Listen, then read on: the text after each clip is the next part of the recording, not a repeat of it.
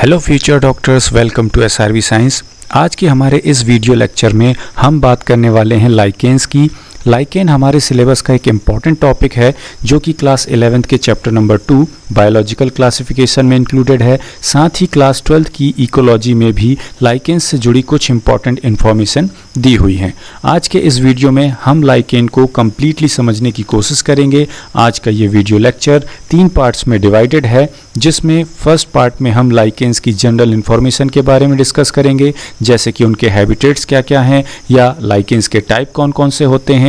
साथ ही हम यह भी जानेंगे कि लाइकेन्स में रिप्रोडक्शन किस तरह का देखने मिलता है और इसके यूजेस क्या क्या हैं। फिर उसके बाद हम आते हैं सेकंड पार्ट में, हम उन सभी पॉइंट्स के बारे में बात करेंगे जो कि हमारी एनसीईआरटी में मेंशन है। थर्ड पार्ट में हम लाइकेन्स से जुड़े प्रीवियस ईयर के क्वेश्चंस को डिस्कस करेंगे जो कि नीट के एग्ज़ाम में आए हुए हैं।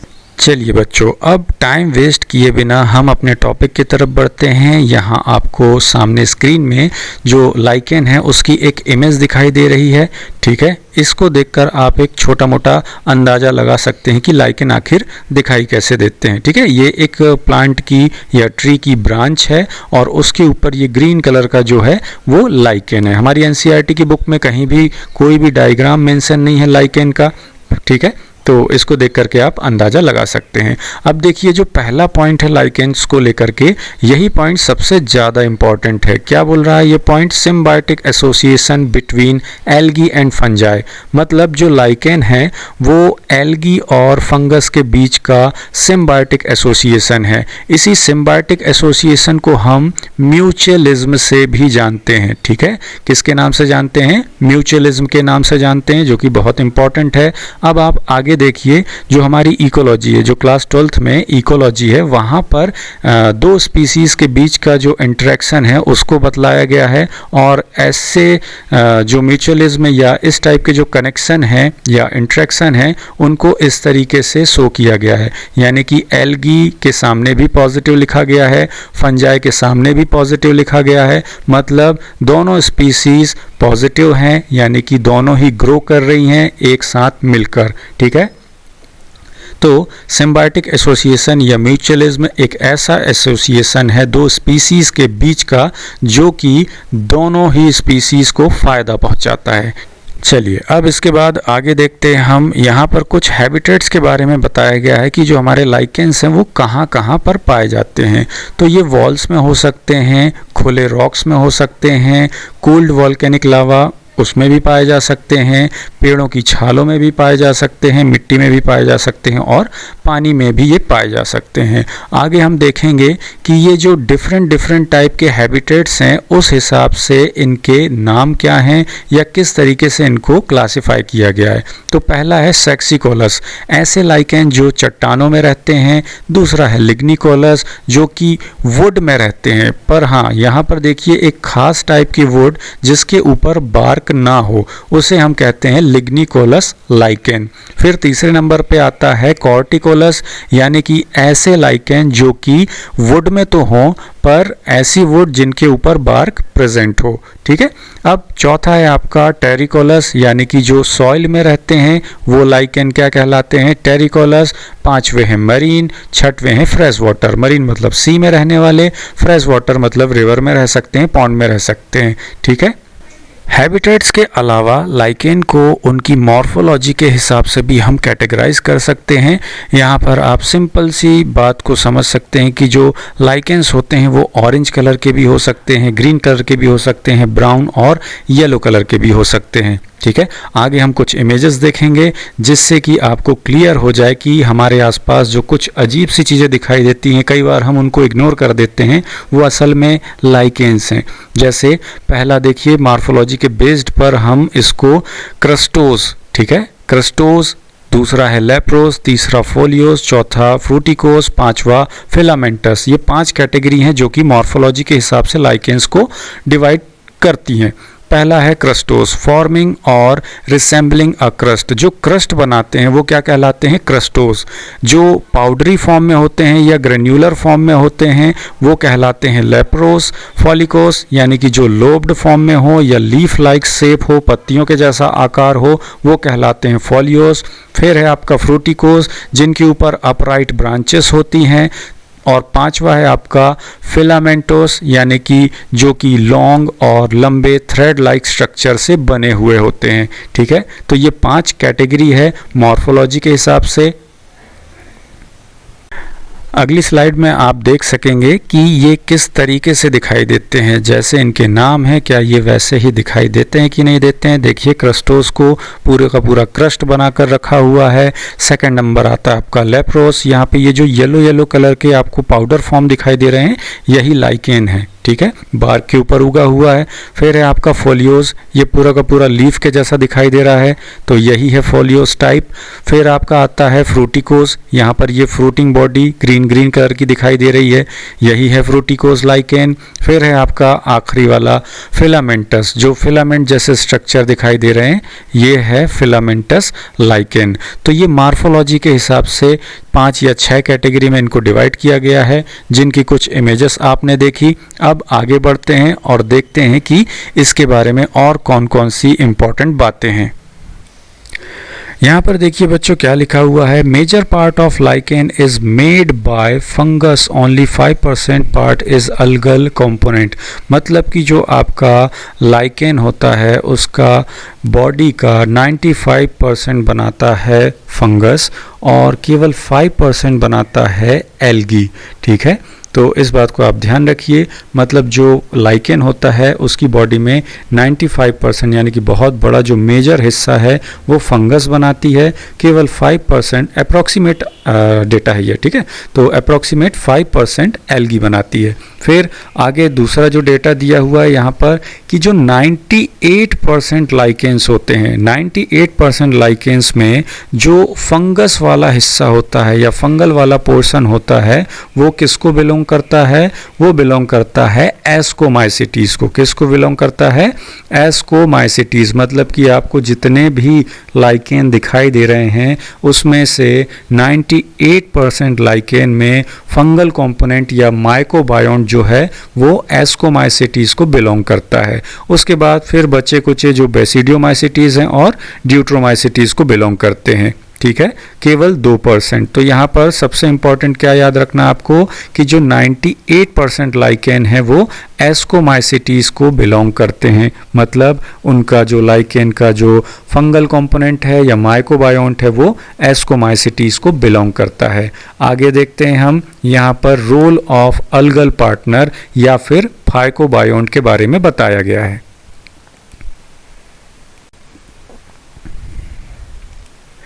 ये जो फाइकोबायोन्ट होते हैं, फाइकोबायोन्ट का मतलब यहाँ पर एल्गी से है। ठीक है, जो एल्गी होती है उसको फाइकोबायोन्ट कहा जाता है। कहाँ पर? लाइकेन के केस में। लाइकेन में जो एल्गी वाला हिस्सा होता है उसे हम फाइकोबायोन्ट के नाम से जानते हैं। तो अब जो फाइकोबायोन्ट है वो लाइकेन में करता क्या क्या है? तो ये नाइट्रोजन फिक्सेशन का काम करेगा। यदि जो एल्गी बीजीए टाइप की होगी तो वो नाइट्रोजन फिक्सेशन का काम करेगी। फोटोसिंथेसिस का काम करेगी। क्यों? क्योंकि भाई क्लोरोप्लास्ट होता है, इस वजह से ये फोटोसिंथेसिस का काम करेगी। तीसरा क्या है? Provide vitamins and growth substances. मतलब जो फाइकोबायोन्ट है वो पूरे के पूरे लाइकेन को, है ना, पूरा का पूरा लाइकेन मतलब खुद फाइकोबायोन्ट और माइकोबायोन्ट दोनों को ही ग्रोथ फैक्टर या सब्सटेंस और विटामिन्स ये सब प्रोवाइड करेगी। अब आगे देखते हैं और यहाँ पर हम देखेंगे रोल ऑफ फंगल पार्टनर यानी कि माइकोबायोन्ट। तो लाइकेन में जो फंगल वाला हिस्सा होता है जो कि 95% होता है, हमने पहले देखा है ना।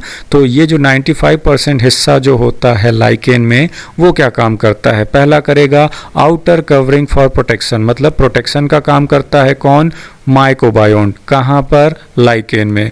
दूसरा है आपका अटैचमेंट टू सबस्ट्रेटम, मतलब नीचे ज़मीन में या किसी प्लांट या किसी ट्री की बार्क में चिपके रहने के लिए सबस्ट्रेटम या एक बेस प्रोवाइड करता है कौन, माइकोबायोन्ट। फिर तीसरा है आपका प्रोटेक्शन अगेंस्ट हार्मफुल रेडिएशन, मतलब ये प्रोटेक्शन एक दूसरा टाइप का प्रोटेक्शन है। पहला तो ये है कि आउटर कवरिंग की वजह से ये प्रोटेक्शन का काम करता है, दूसरा ये दूसरे टाइप का जो प्रोटेक्शन है ये हार्मफुल रेडिएशन के अगेंस्ट में भी लाइकेन को बचा कर रखता है। कौन बचा कर रखता है, माइकोबायोन्ट। और दूसरे जो पैरासाइट्स होते हैं उनसे भी बचा कर रखता है, इसको भी आप मेंशन कर लेंगे, ठीक है।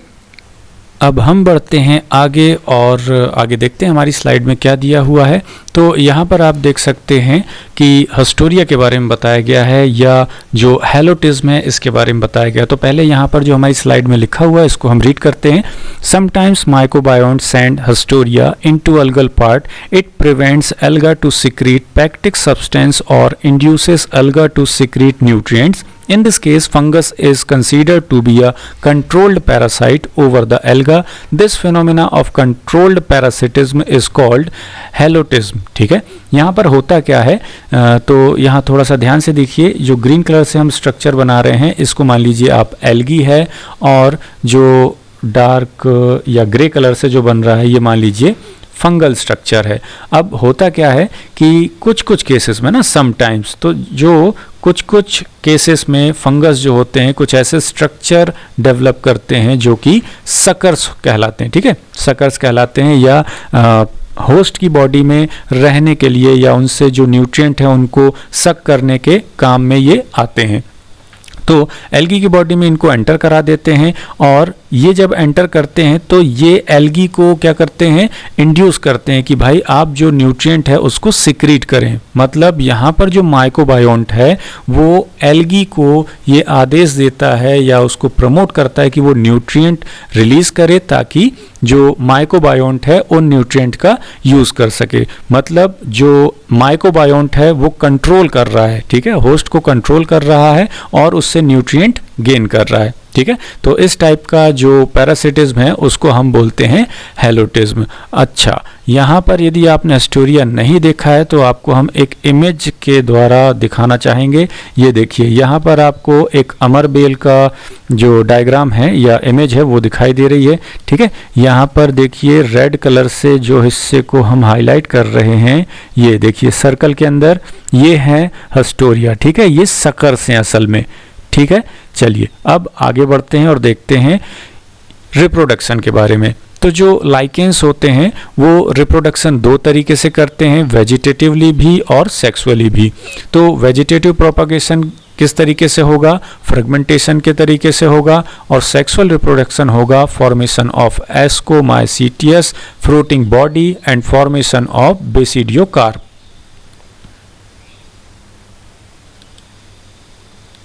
रिप्रोडक्शन में ही यदि हम आगे बढ़ें तो यहाँ पर हम देखते हैं कि जो लाइकेंस होते हैं, ठीक है, इनमें जो सेक्सुअल रिप्रोडक्शन होता है वो मेन या common mean of reproduction consider नहीं किया जा सकता, ठीक है। मतलब कि जो एसेक्सुअल रिप्रोडक्शन होता है वो ज़्यादातर लाइकेंस में पाया जाता है। बहुत कम ऐसे लाइकेंस हैं जो रिप्रोडक्शन के लिए सेक्सुअल रिप्रोडक्शन का यूज़ करते हैं, ठीक है। चलिए अब आगे देखिए इम्पॉर्टेंस ऑफ लाइकेन। लाइकेन किस लिए इम्पॉर्टेंट है या इसके यूजेस क्या हैं। तो पहला है lichen contain a complex carbohydrate call lichenin, it is used as food for many animals. ये एक बार क्वेश्चन में पूछा गया है, ठीक है, तो इसको हम ध्यान रखेंगे। दूसरा है आपका Rosella was used in formation of litmus. तो लिटमस पेपर बनाने के लिए रोसेला नाम का या रोसेला नाम की जो स्पीसीज है वो यूज़ होती थी पहले। अब हम दूसरे तरीके से लिटमस पेपर बना रहे हैं, ठीक है। लिटमस पेपर का फॉर्मेशन ये क्लास से 9th और 10th में हम लोगों ने पढ़ा है, ठीक है, केमिस्ट्री में ये आया हुआ है। इसके बाद है आपका useful information of dye, Roccella और परमेलिया। ये जो कुछ लाइकेंस होते हैं ये आपके डाई बनाने के काम में आते हैं, डाई मतलब कलर्स बनाने के काम में आते हैं। Some lichens used in brewing industry, मतलब जो पेय पदार्थ बनाने वाली, ड्रिंक्स बनाने वाली इंडस्ट्री हैं वहाँ पे भी यूसनिया जैसे लाइकेन यूजफुल हैं। फिर है आपका बेस्ट इंडिकेटर ऑफ पोल्यूशन।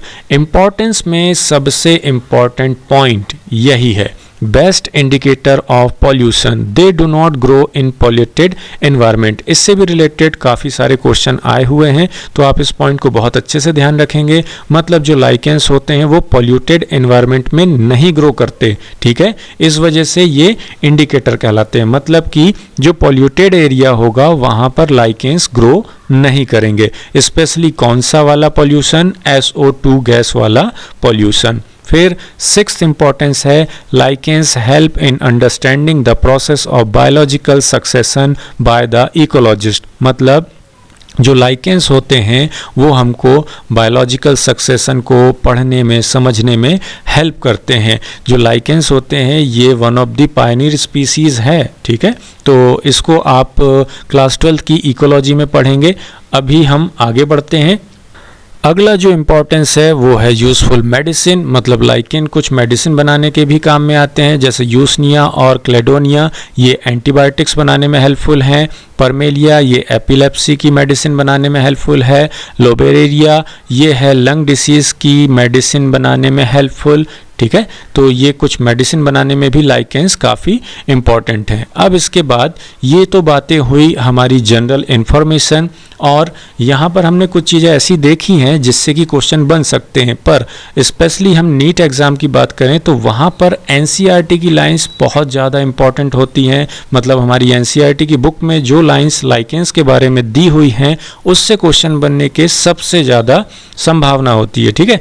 तो आगे अब हम देखते हैं कि हमारी NCERT में लाइकेंस के बारे में क्या क्या कहा गया है। पहली लाइन यहाँ पर दी हुई है, in the 5 kingdom classification of Whittaker there is no mention of lichen. तो यहाँ पर जो आपका 5 किंगडम क्लासिफिकेशन था जो कि विटेकर सर ने दिया था उसमें लाइकेंस को जगह नहीं मिली थी। जैसे वायरस को, वायरॉइड्स को, प्रियॉन्स को, इनको भी कोई जगह नहीं मिली थी 5 किंगडम क्लासिफिकेशन में, वैसे ही लाइकेंस के लिए भी कोई जगह नहीं थी 5 किंगडम क्लासिफिकेशन में, ठीक। सेकेंड पॉइंट है, lichens are symbiotic association that is mutually useful association between algal and fungal. मतलब एल्गी और फंगस के बीच में ये एक सिम्बायोटिक एसोसिएशन है, ठीक है। चलो आगे देखते हैं। Algal component is known as phycobiont, जो कि ऑटोट्रॉपिक होता है। मतलब जो एल्गी वाला हिस्सा होता है लाइकेन में, जो एल्गी वाला हिस्सा होता है और दूसरा होता है फंगस वाला हिस्सा। तो एल्गी वाला हिस्सा क्या कहलाता है? फाइकोबायोन्ट, और जो फंगस वाला हिस्सा है वो कहलाता है माइकोबायोन्ट। और यहाँ पर जो फाइकोबायोन्ट होता है ये ऑटोट्रॉफिक होता है, ठीक है। ऑटोट्रॉपिक यानी कि खुद का खाना बना सकता है, मतलब फोटोसिंथेसिस करता है। और जो माइकोबायोन्ट होता है वो होता है हेट्रोट्रॉपिक, ये अपना खाना खुद नहीं बनाता, डिपेंड करता है किसके ऊपर? एल्गी के ऊपर ये डिपेंड रहता है, ठीक है। अगला पॉइंट है, in most of the lichen about 98% fungal partner is belong to ascomycetes. तो इस पॉइंट को हमने पहले भी पढ़ चुका है।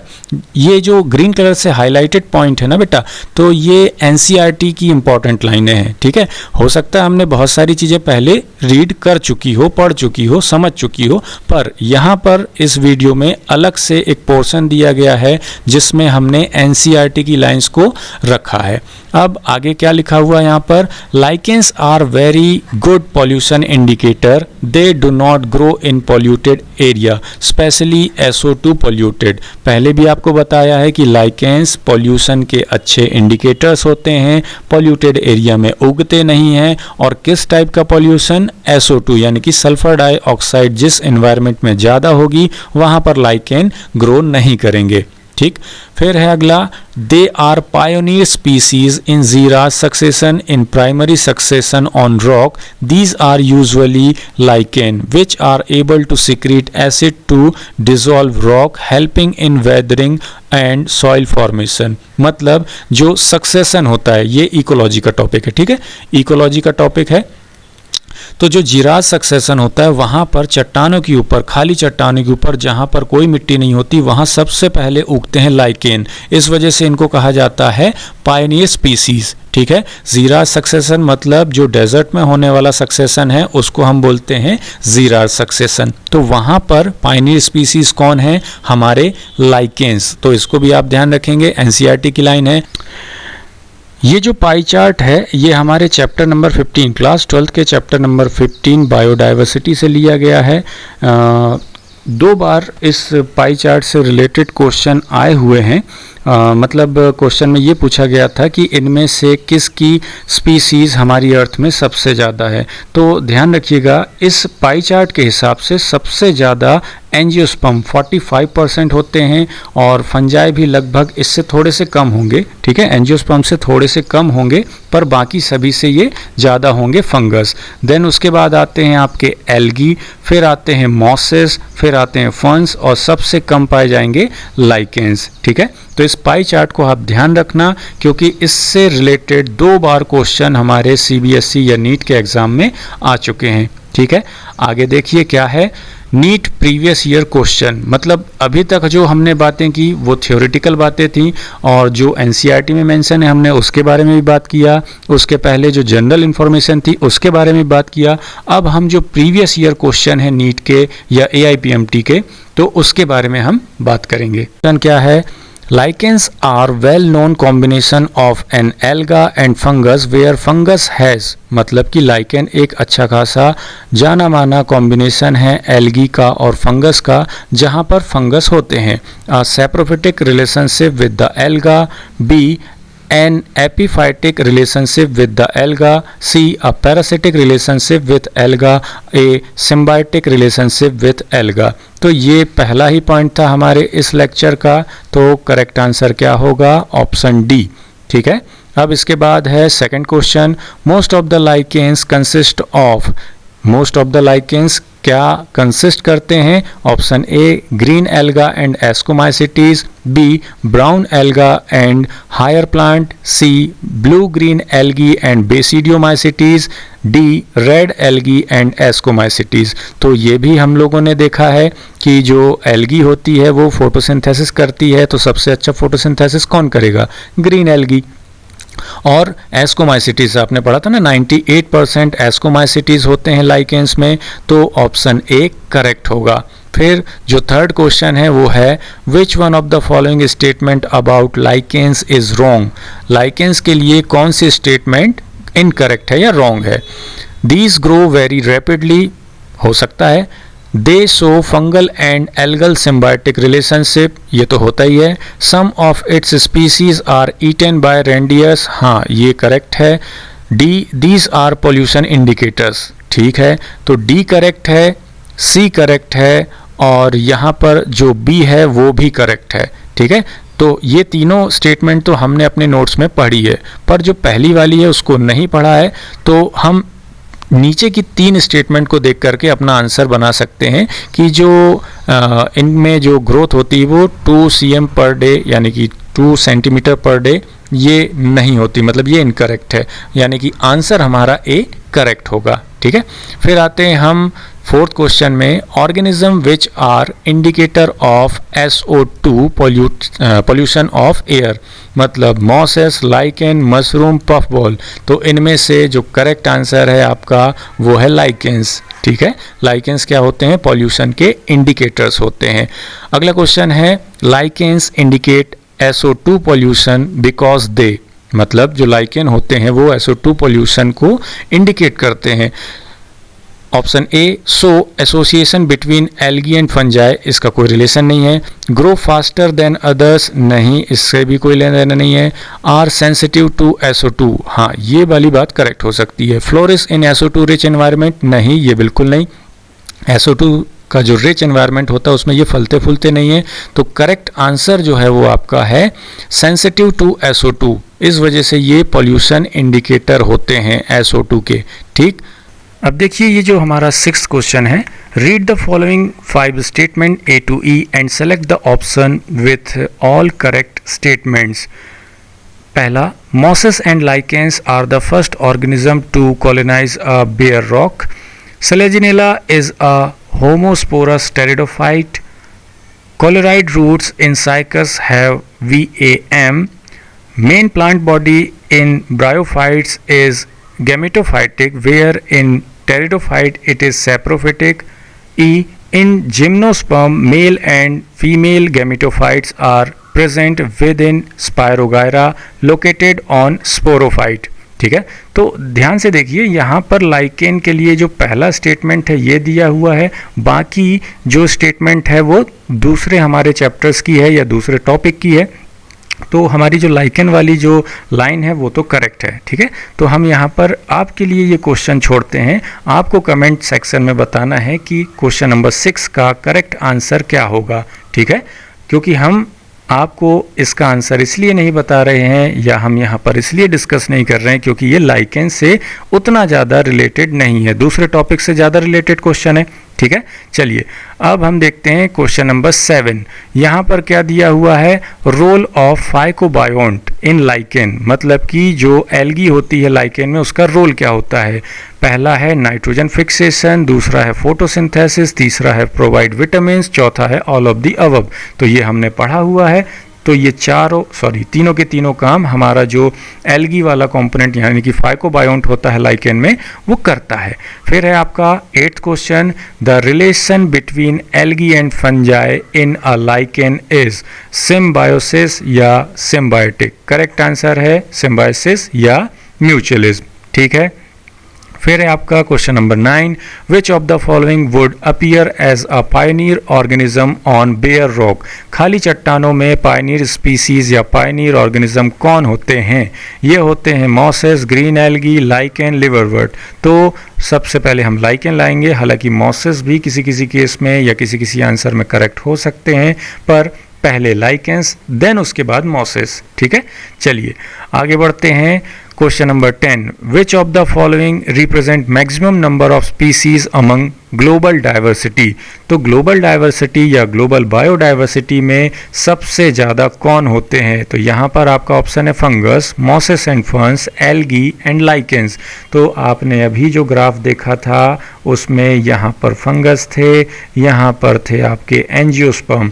तो सबसे ज़्यादा कौन होते हैं, फंगस। यदि एंजियोस्पर्म होता ऑप्शन में तो हम एंजियोस्पर्म को करेक्ट आंसर में रखते। ठीक है, चलिए अब है question number 11, which of the following are most suitable indicator of SO2 pollution in the environment. वही क्वेश्चन, रिपीटेड क्वेश्चन है। तो कौन होते हैं SO2 के पोल्यूशन इंडिकेटर, ये होते हैं lichens. Option C is the correct answer. Then इसके बाद आते हैं question number 12, a location with luxuriant growth of lichens on the trees indicates that the, मतलब जो ऐसी लोकेशन जहाँ पर लाइकेंस ग्रोथ करते हैं ट्री के ऊपर, वो किस चीज़ को इंडिकेट करता है। Trees are very healthy, trees are heavily infected, location is highly polluted, location is not polluted. तो हमें पोल्यूशन के रिगार्डिंग ही आंसर देना होगा। तो आंसर होगा या ऑप्शन होगा डी। ठीक है, आपको क्वेश्चन नंबर 12 के लिए आंसर लगाना होगा डी। इसके बाद आते हैं हम question number 13, which of the following is use of, which one of the following is the use of lichens in case of pollution? They promote pollution? No. Lichens are not related with pollution? No. They treat the polluted water? No. They act as bio-indicator of pollution. ठीक है, ये correct है, यहाँ पर भी option D correct answer होगा। Then अब आते हैं हम question number 14, the exist a close association between the alga and the fungus within a lichen. The fungus क्या करता है लाइकेन में, provide protection, anchorage and absorption for the algae, ये करेक्ट है। Provides food for the algae, नहीं, algae provide करता है ना इसको, तो ये बी वाला इनकरेक्ट हो जाएगा। फिक्सेस द एटमॉस्फेरिक नाइट्रोजन, बिल्कुल नहीं। Release oxygen for the algae, बिल्कुल नहीं। मतलब ऑप्शन ए करेक्ट होगा आपके क्वेश्चन नंबर 14 के लिए। ठीक है, तो यहाँ पर ये थे हमारे प्रीवियस ईयर के क्वेश्चन। यहाँ पर आपको आंसर्स दिए हुए हैं, आप इस पीडीएफ में इन आंसर्स को भी देख सकते हैं। तो बच्चों, प्रीवियस ईयर क्वेश्चन के बाद हमारा ये टॉपिक कंप्लीट होता है। यदि आप इस टॉपिक के पीडीएफ नोट्स डाउनलोड करना चाहते हैं तो वीडियो के डिस्क्रिप्शन में आपको इसका लिंक मिल जाएगा, आप वहां से पीडीएफ डाउनलोड कर सकते हैं, या फिर आप हमें टेलीग्राम में ज्वाइन कर सकते हैं, जहां पर आपको सारे पीडीएफ नोट्स आसानी से मिल जाएंगे। इसके बाद आप हमें बताएं कि क्या आपको ये लेक्चर हेल्पफुल लगा। यदि आपके लिए हेल्पफुल था और आप किसी पर्टिकुलर टॉपिक पर अगला लेक्चर चाहते हैं तो कमेंट सेक्शन में आप हमें बताइए। अब हम आपसे मिलेंगे नेक्स्ट वीडियो में, तब तक के लिए बाय बाय।